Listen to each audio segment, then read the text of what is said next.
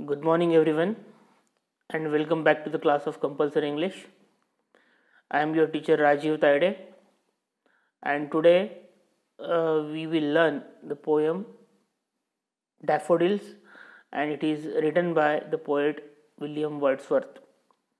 So, first, I will read out the information regarding the poet, after that, information regarding poem, and then we will move towards the text explanation. So, William Wordsworth, born in the year 1770 and died in the year 1850, was a major English romantic poet. William Wordsworth यांचा जन्म 1770 साली झाला, मृत्यू 1850 साली झाला. ते एक इंग्रजी साहित्यामधले महत्त्वाचे रोमॅन्टिक एजशी बिलॉंग करणारे पोएट होते.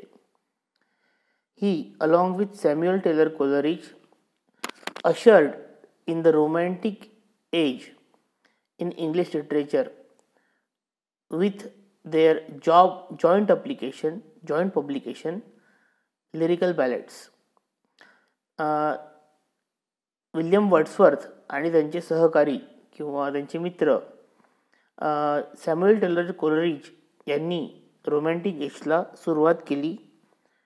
त्यांच्या जॉईंट पब्लिकेशन सोबत त्यांनी एक पुस्तक पब्लिश केलं, ज्या पुस्तकाचं नाव होतं लिरिकल बॅलेट्स, आणि ते पब्लिश झालं होतं 1798 साली. Born in the lake district of northern England, he was a true worshipper of nature. William Wordsworth यांचा जन्म इंग्लंडमधल्या लेक जिल्ह्यात झाला. लेक नावाचा LAKE लेक नावाचा जिल्हा होता, जो उत्तर इंग्लंडमध्ये जो आहे, आणि त्या ठिकाणी त्यांचा जन्म झाला. आणि ते निसर्गाचे एक खरे भक्त होते. What distinguishes him from other poets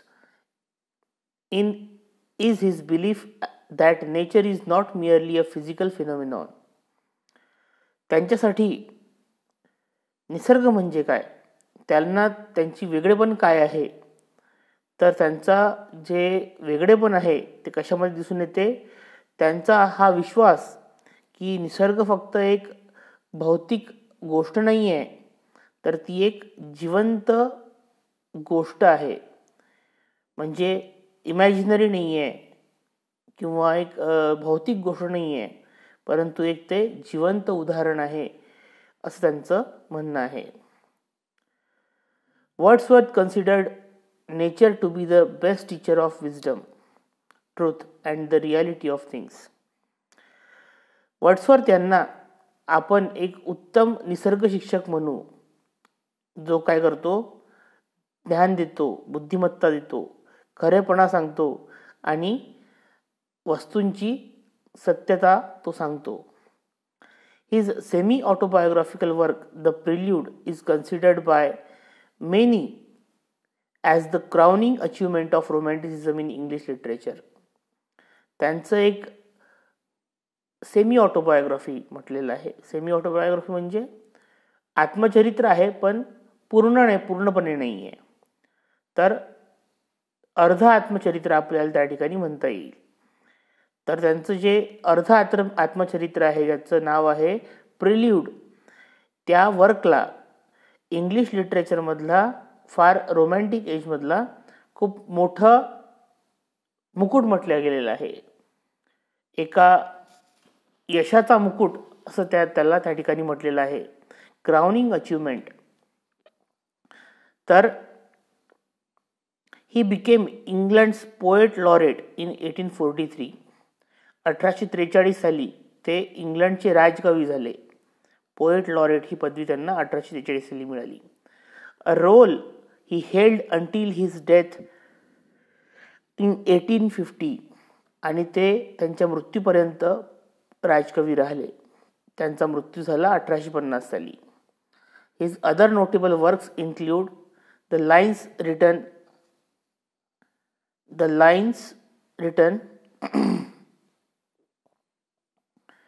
lines written about Tinton Abbey 1798, intimations of immortality 1806, the excursion 1814. हे त्यांचे काही महत्त्वाचे वर्क ज्यांना लोकांनी अप्रिशिएट केलं. त्यामधलं पहिलं आहे लाईन्स रिटर्न अबाउव टिंटन ॲबे, 1798 साली ते पब्लिश झालं. इंटिमेशन्स ऑफ इमॉर्टॅलिटी जे 1806 साली पब्लिश झालं. आणि द एक्सकर्शन तर ते 1814 साली पब्लिश झालं. William Wordsworth wrote daffodils on a stormy day in a spring. William Wordsworth यांनी डॅफोडिल्स हे जी कविता आहे ती एका वादळी संध्याकाळी लिहिली, वसंत ऋतूमधल्या, spring. While walking along with his sister Dorothy near Ullswater Lake, आणि ही कविता लिहित असताना ते त्यांच्या बहिणीसोबत अल्सवॉटर लेक तलाव, एक तलाव आहे अल्सवॉटर नावाचा, त्या तलावाच्या भोवती आपल्या बहीण डोरोथी नावाची त्यांची बहीण आहे, त्या बहिणीसोबत ते चालत होते. In England, as the poet sees a host of golden daffodils, it triggers joy in him which he describes in the first 3 stanzas.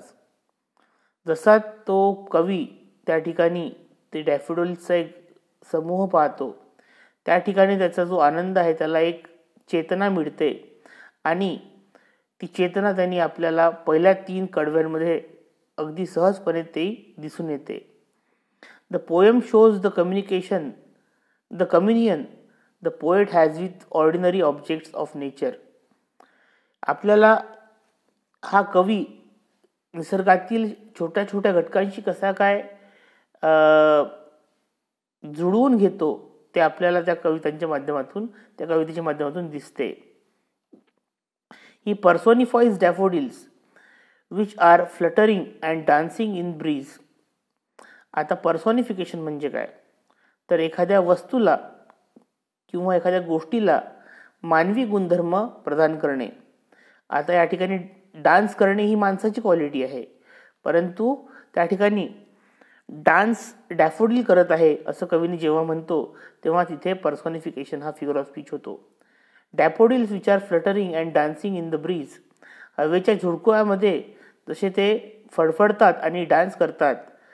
And tossing their heads in sprightly dance, आणि आपले डोके कसे हलवतात किंवा उडवतात, चांगला स्प्राइट म्हणजे छानसा असा डान्स करताना. The poet reveals in the 4th stanza what wealth the sight bought to him. नंतर 4थ्या कडव्यामध्ये आपल्याला हे दिसून येते की कवी काय करतोय, त्यांना कशा प्रकारे तो संपत्ती समजतो, त्याच्या जी संपत्ती त्याला डोळ्याने दिसते आहे. When he says that his heart filled with pleasure and with the daffodils, आणि जेव्हा तो म्हणतो की त्याचं हृदय आनंदाने भरून गेलेलं आहे आणि या डॅफोडिल्सच्या फुलांनी सुद्धा. when they flash upon inward eye which is the bliss of solitude, आणि जेव्हा ते डोळ्यामध्ये ते जे दृश्य आहे त्या डॅफोडिल्सचं जे भरतं तर ते एका एकांतवासातलं आनंद किंवा स्वर्गीय आनंद, ब्लिस म्हणजे स्वर्गीय आनंद, तर तो लाभतो असं या ठिकाणी आपला कवी म्हणतो. चला तर मग आता आपण मुख्य कवितेकडे वळूया. Text of the poem.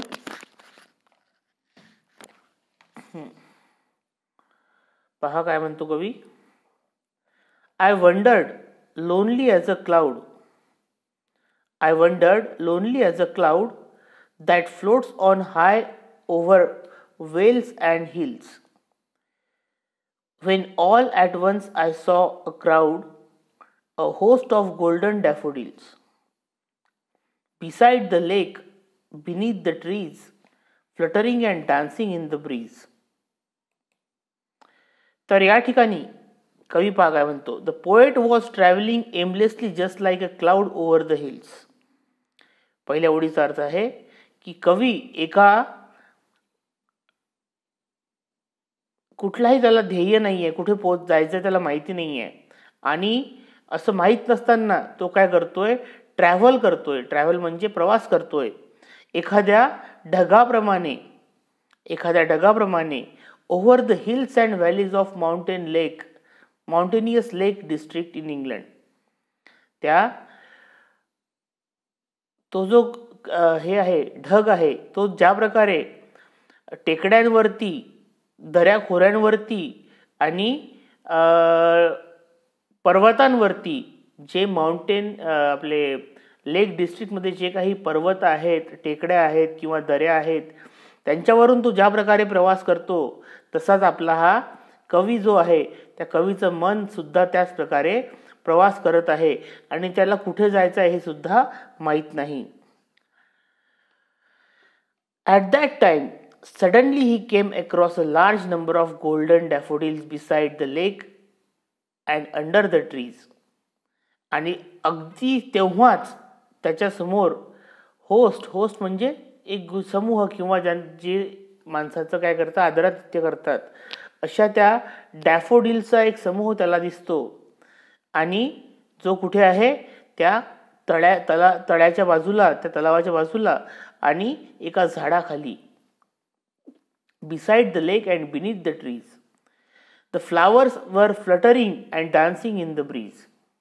वाऱ्याची हळूवार झुळूक येते आणि त्या झुळकेनी ते जे फुलं आहेत डॅफोडिल्स, तर ती फुलं सुद्धा काय करतात, डोलायला लागतात आणि असं वाटते की जणू काही ते एक फ्लटर करत आहेत, बडबड करत आहेत किंवा हलत आहेत आणि डान्स करत आहेत, नाचत आहेत. The poet directly compares himself to a cloud as he was wandering without aim. तो डायरेक्टली स्वतःला त्या ढगाशी कम्पेअर करतो आणि असं सांगतो की बा मी कुठल्याही ध्येय निश्चित करून कुठे जात नाही आहे, मी सहज फिरायला गेलेलो आहे. जस्ट लाईक द क्लाउड, एखाद्या ढगाप्रमाणे. This is an example of simile. हे या ठिकाणी सिमिली नावाचा फिगर ऑफ स्पीच होतो, कारण की या ठिकाणी लाईक या शब्दाचा वापर केलेला आहे. Just like cloud. ठीक आहे. तर read more about the figure of speech. He also uses the expression like, crowd and host to mean that he saw a large area covered with a whole lot of daffodils. त्या ठिकाणी तो crowd आणि host या शब्दांचा वापर यासाठी करतोय कारण की त्यांनी एक खूप मोठा समूह त्या ठिकाणी त्या पसरलेल्या त्या डॅफोडिल फुलांचा बघितला. In the last line, the poet personifies the flowers by saying that they were fluttering and dancing.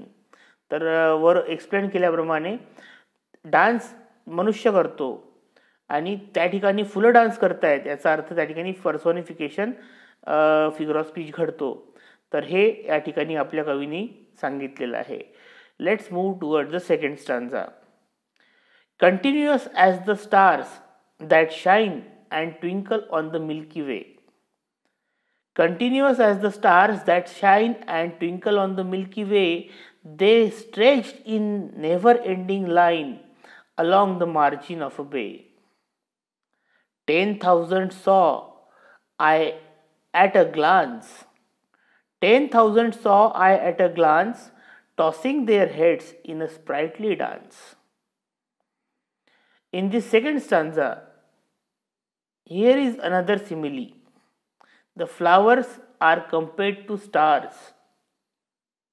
काय म्हटलेलं आहे या ठिकाणी सुद्धा सिमिली हा फिगर ऑफ स्पीच झालेला आहे, कारण की या ठिकाणी त्या फुलांना कशाशी कम्पेअर केलेलं आहे, ताऱ्यांशी कम्पेअर केलेलं आहे.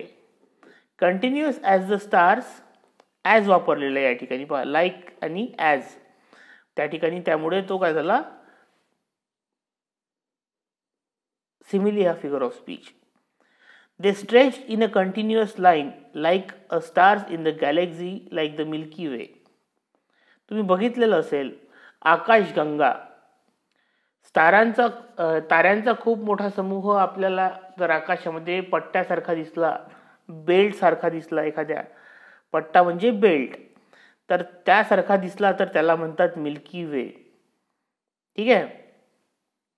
तर त्या आकाशगंगेला मिल्की वे म्हणतात इंग्लिशमध्ये. Moreover the daffodils were shining as they were in golden color and twinkling as they were fluttering in the breeze as the stars. तर ते जे डॅफोडिल आहे, डॅफोडिल फूल आहे, ते सोनेरी रंगाचं आहे. तर त्यामुळे त्या ठिकाणी आपला कवी म्हणतो की ते शाईन करत आहेत आणि हवेच्या झुळकीने ते डोलत आहेत, म्हणून त्याला ट्विंकल सुद्धा म्हटलेलं आहे. तर this comparison with the stars may have a greater implication in indicating that the flowers are heavenly as the stars. या ठिकाणी स्टार्स सोबत कंपेअर करून आपल्या या फुलांना, या डॅफोडिल्सच्या फुलांना कवीने काय म्हटलं आहे की ते एक स्वर्गीय प्रतीक आहे. त्यांना स्वर्गीय म्हटलेलं आहे. तारे जसे स्वर्गात असतात असं आपला कल्पना आहे, तसेच त्या ताऱ्यांसोबत कंपेअर करून या फुलांना सुद्धा स्वर्गीय असल्याची भावना त्या ठिकाणी आपल्या कवीनी करून दिलेली आहे. द फ्लावर्स वर visible as far as the poet could see along the shore line. जोपर्यंत कवीची नजर जाते तोपर्यंत त्या ठिकाणी त्याला फुलं दिसतात, ते डॅफोडिल्सचे त्या किनाऱ्याभोवती. ठीक आहे. That is why he uses a phrase never ending line. त्यामुळेच त्यांनी ती त्या फ्रेज वापरलेली आहे, नेव्हर एंडिंग लाईन, न संपणारी ओळ, असं त्या ठिकाणी तो कवी म्हणतोय. Here continuous and never ending may also suggest that the flower left and everlasting impact on हिम.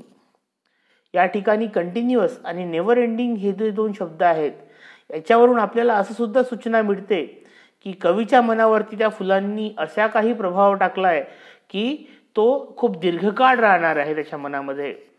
तर अशा प्रकारचा हा दुसरा स्टांजा. अजून त्याच्यामध्ये कवी म्हणतो, Wordsworth exaggerates the number of flowers by saying 10,000 I saw at a glance. या ठिकाणी कवी एक्झॅगरेशन करतो, अतिशयोक्ती अलंकार वापरतो, हे म्हणून की 10,000 सॉ आय ॲट अ ग्लान्स. एका ठिकाणी दृष्टी खेळवताच मला 10,000 फुलं दिसली, असं कवी जेव्हा म्हणतो तेव्हा तो एक एक्झॅगरेशन फिगर ऑफ स्पीच होतो, अतिशयोक्ती अलंकार. असं होत नाही एका क्षणात, एका नजरेत आपल्याला 10,000 फुलं दिसणं. त्यांनी काही 100 फुलं किंवा 1000 फुलं बघितली असतील, पण 10,000 जेव्हा म्हणतो तेव्हा तो अतिशयोक्ती अलंकार होतो. 10 that indicates the poet has never seen so many daffodils at once. आणि यावरून असं सुद्धा सूचित होते, आपल्याला समजते की कदाचित कवीनी एवढे सगळे डॅफोडिल्स एकत्र कधीच बघितलेले नसतील. सो ही जस्ट ओव्हरजॉयड, आणि म्हणून त्याला अतिशय आनंद झालेला आहे. This type of exaggeration called hyperbole. अशा प्रकारच्या एक्झॅगरेशनला हायपरबोल नावाचा फिगर ऑफ स्पीच म्हणतात. Exaggerated statement or claims meant not to be taken literally. असं एक अतिशयोक्ती अलंकारातलं वाक्य ज्याला आपण खरं मानलं पाहिजे, असं शब्दशः त्याचा अर्थ घेतला पाहिजे असं नाही आहे. The poet also says that the daffodils were tossing their heads as if they were dancing in happiness. Toss करणे म्हणजे उडवणे. आपली जे त्याचं मान हालते त्यांची त्या हवेच्या झुळकेनी, तर त्या ठिकाणी हा काय म्हणतो कवी, ते आपले जे डोकं आहे ती मान हलवत आहेत, असं वाटतंय की ते आनंदाने नाचत आहेत. Actually the poet was amazed at the beauty of flowers. आणि खरं तर असं आहे की बा तो त्या फुलांकडे पाहून आश्चर्यचकित झालेला आहे की